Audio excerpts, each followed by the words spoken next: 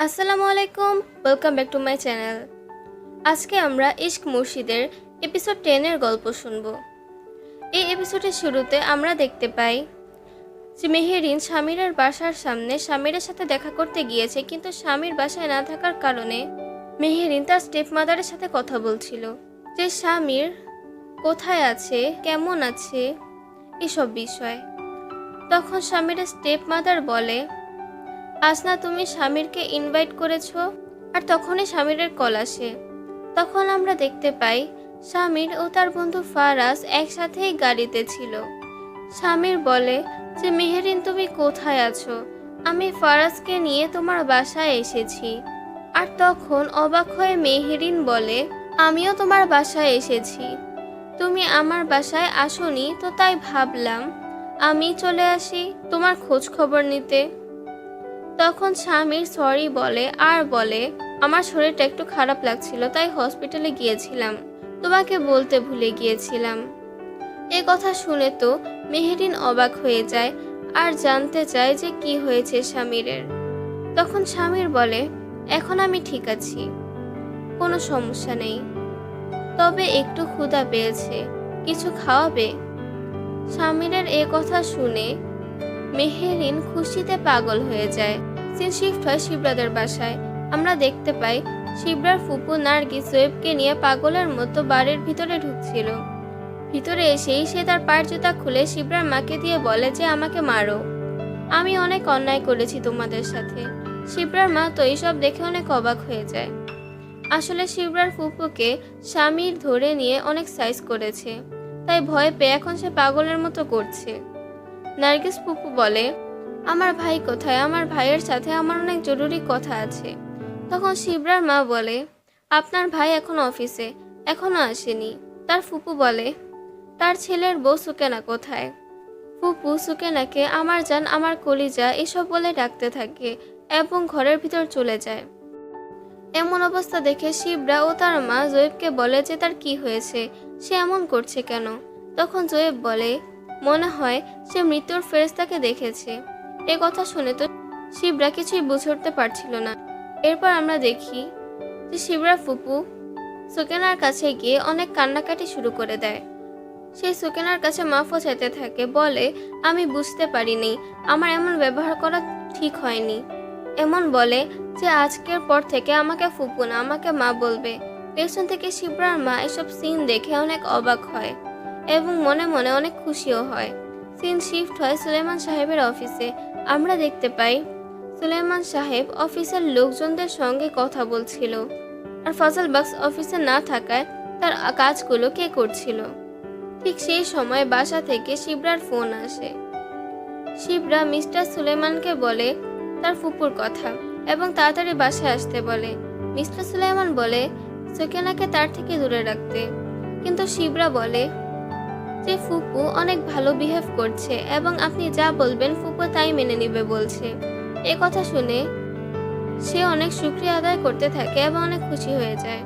আর সে বলে ফজল বক্স কোনো নর্মাল মানুষ না, সে পাক্কা আধ্যাত্মিক। আর সে আরো বলে যে আমি এখনই আসছি। বাবার এ কথা শুনে তো শিবরা অবাক হয়ে ভাবতেই থাকে। সিন শিফট হয় মেহেরিনের বাসায়। সেখানে আমরা দেখতে পাই স্বামীর ফারাজ ও মেহেরিন ডাইনিং টেবিলে খাবার খাচ্ছিল। তখন একজন শেফ খাবার সার্ভ করছিল। মেহেরিন সেই শেফের অনেক প্রশংসা করে, কিন্তু মেহেরিনকে বোকা বানানোর জন্য স্বামীর অসুস্থতার ভান করে এবং বলে যে সে কোনো খাবারের টেস্ট পাচ্ছে না। আর ফারাজও এটাই বলছিল। ফারাজ মেহেরিনকে বলে যে সে আবারও লন্ডন চলে যাচ্ছে। এটা শুনে মেহেরিন অনেক কষ্ট পায় এবং সে স্বামীরকে বলে যে করাচিতে থেকে গেলেই তো হতো। তখন স্বামীর বলে, ভেবে দেখছি। আর ফারাজকে মেহেরিন একটু অন্য সুরেই বলে যে তুমি স্বামীরকে ভালোভাবে বুঝতে পারো না। হ্যাঁ, অবশ্যই আমি স্বামীরকে অনেক কিছুই বলি যা তুমি জানো না, তুমি বোঝো না। ফারাজের কথা শুনে মেহেরিন কিছুই বুঝতে পারে না। ঠিক তখনই স্বামীর বলে, হারুন আঙ্কেল আমাকে লুজার মনে করেন, সে মনে করেন যে আমি কিছুই করতে পারবো না। কিন্তু মেহেরিন বলে, আমার বাবা তো আমাকে বলেছে যে তুমি মনে হয় সিএম হবে, এমনকি পিএমও হতে পারো। এ কথা শুনে স্বামীর মুচকি হাসে এবং ফারাজের তো কাশি উঠে যায়। পরে টপিক চেঞ্জ করে মেহেরিন বলে স্বামীরের বাবা ও তার বাবার টপিক তুলে আনে এবং বলে যে তুমি কি জানো আমার বাবা তোমার বাবা আমাদের ব্যাপারে কি সিদ্ধান্ত নিয়েছে। তখন স্বামীর বলে যে সে কিছুই জানে না। তখন মেহেরিন একটু হেসে বলে ঠিক আছে, এটা সারপ্রাইজই থাক। ঠিক সেই মুহূর্তে স্বামীরের বাটন ফোনে একটি কল আসে। মেহেরিন অবাক হয়ে স্বামীরের বাটন ফোন দেখে, কিন্তু স্বামীর চালাকি করে বলে যে ফোনটা তার ড্রাইভারের। সিন শিফট হয় সুলেমান সাহেবের বাসায়। সেখানে আমরা দেখতে পাই যে সুলেমান সাহেবের বোন নার্গিস অনেক কান্নাকাটি করছে এবং তার স্বপ্নের বর্ণনা দিচ্ছে। সে বলছে স্বপ্নে তার মৃত বাবা মাকে দেখেছিল, তার অনেক মন খারাপ করেছিল। সাথে একজন দরবেশ বাবাও ছিল। সে দরবেশ বাবা রাগান্বিত হয়ে বলছিল যে আমি নাকি আপনার মনে অনেক কষ্ট দিয়েছি, আপনাকে কষ্ট দিয়ে জাহান্নামে যাওয়ার রাস্তার বন্দোবস্ত করে নিয়েছি। সেই সব কথা বলতে বলতে অনেক কান্না করছিল এবং সুলেমান সাহেবকে বলছিল ভাই আমাকে মাফ করে দিয়েন, আমি আপনাকে অনেক কষ্ট দিয়েছি ইত্যাদি ইত্যাদি। তখন সুলেমান সাহেব বলে ঠিক আছে এখন চুপ করো, কোনো সমস্যা নেই, আমি কষ্ট পাইনি। শিবরার মাও বলে যেটা একটা দুঃস্বপ্ন মনে করে ভুলে যান, সব ঠিক হয়ে গিয়েছে। তখন শিবরার ফুপুও বলে যে তুমি আমাকে মাফ করে দিয়েছো তো। শিবরার ফুপু বারবার মাফ চাইতে থাকে। সুলেমান সাহেবকে সে আবারও বলে যে ভাই আমাকে মাফ করে দিয়েছেন তো। সিন চলে যায় স্বামীদের বাসায়, যেখানে স্বামীর বাবা মন খারাপ করেছিল, বলছিল যে আসলে তো একদিন আগেই তো তুমি এসেছো আর এখনই চলে যেতে চাচ্ছ। এখন তো তোমাকে পার্টিতেও যোগ দিতে হবে, ইলেকশন করতে হবে। স্বামীর কিছু বলতেই যাবে তখনই সে বাটন ফোনে আবারও কল আসে। স্বামীরের কাছে বাটন ফোন দেখে স্বামীরের বাবা একটু অবাক হয়। সে কিছু বলার আগে স্বামীর বলে যে এটা তার ড্রাইভারের ফোন। ড্রাইভারকে ফোনটি ফেরত দেওয়ার কথা বলে সে সেখান থেকে চলে যায়।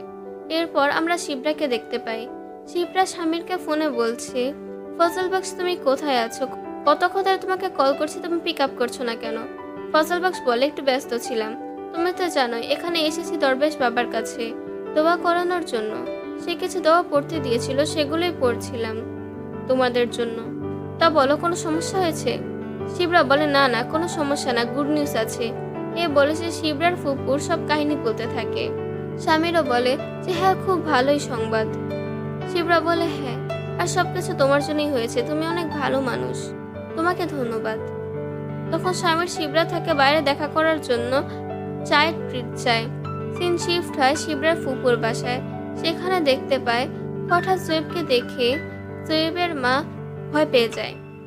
তখন জয়েব বলে মা এটা তো আমি, ভয় পাচ্ছ কেন। ফুপু বলে দরজা জানালা সবকিছু বন্ধ করে দিয়েছো তো, কেউ আসতে পারবে না তো। জয়েব বলে হ্যাঁ কোনো সমস্যা নেই, সবকিছু করে দিয়েছি, এখন আর কেউ আসবে না।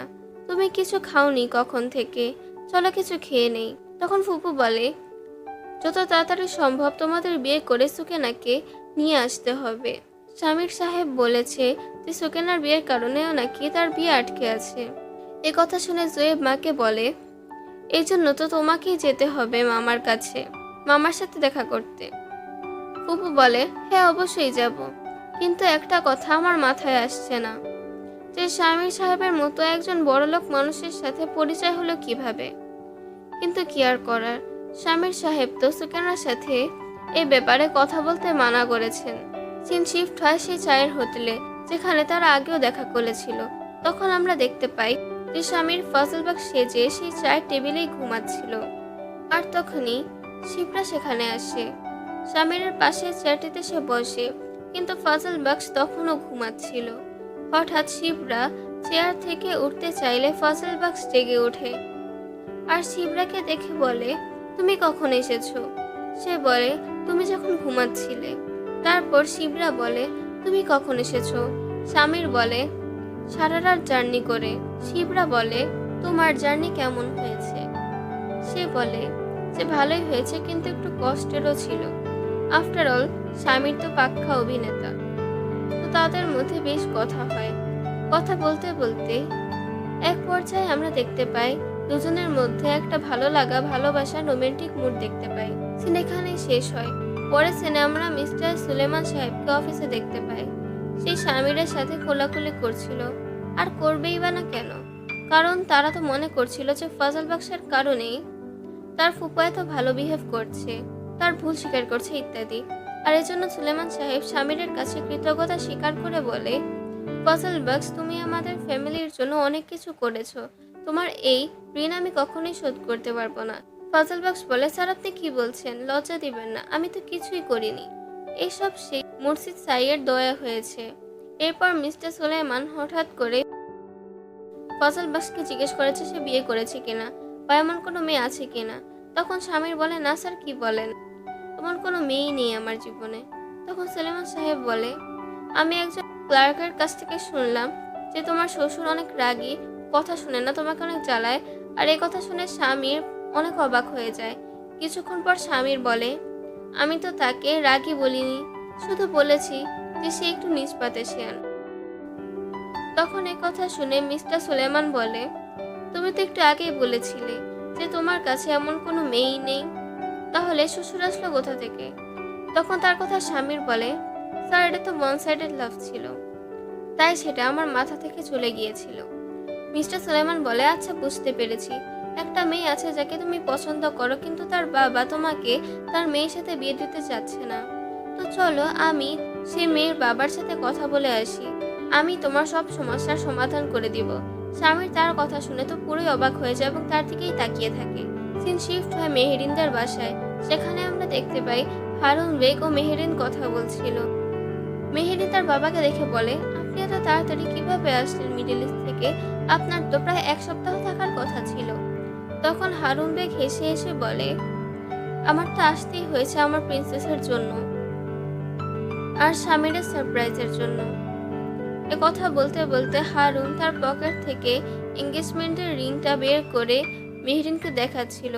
মেহেরিন রিং দেখে খুশিতে আত্মহারা হয়ে পড়ে। তো যাই হোক, সিন চলে যায় সেই আসল সবজি বিক্রেতা অর্থাৎ আসল ফজল বক্সের কাছে। সে সবজি বিক্রি করছিল। হঠাৎ দূরে স্বামীর ও শিবরাকে একসাথে দেখে সবজি বিক্রেতা অবাক হয়ে স্বামীরকে ইশারা করে যে তারা দুজন একসাথে কোন কারণে। ব্যাপার কি আজকে? স্বামী শিবরার চোখ ফাঁকি দিয়ে আসল ফজল বক্সকে কিছু টাকা দিয়ে বলে, শিবরা যে সবজির দাম বলবে যেন সে সেই দামে সবজি দিতে রাজি হয়ে যায়, আর কিছু যেন না বলে। তখন সবজি বিক্রেতা বলে, ঠিক আছে। পরে শিবরা যখন তার কাছে আসে তখন স্বামীর বলে, এখান থেকে সবজি না, সে অনেক সস্তায় সবজি বিক্রি করে। শিবরা তখন সবজির দাম জানতে চাইলে স্বামী যে সবজির দামই বলে সবজি বিক্রেতা অর্থাৎ ফজল বক্স সেই দামেই মেনে নেয়। শিবরা বিরক্ত হয়ে সেখান থেকে চলে যায়। আর পরে সিনে আমরা দেখি স্বামীর আর শিবরার রোমান্টিক মুভমেন্ট। আর এই রোমান্টিক মুভমেন্টের মধ্যে দিয়েই আজকের এই এপিসোডটি এখানেই শেষ হয়ে যায়। আমাদের চ্যানেলটিকে সাবস্ক্রাইব করবেন এবং এই ভিডিওটিকে লাইক করবেন। আজকের জন্য এই পর্যন্তই, দেখা হচ্ছে পরের ভিডিওতে। আল্লাহ হাফেজ।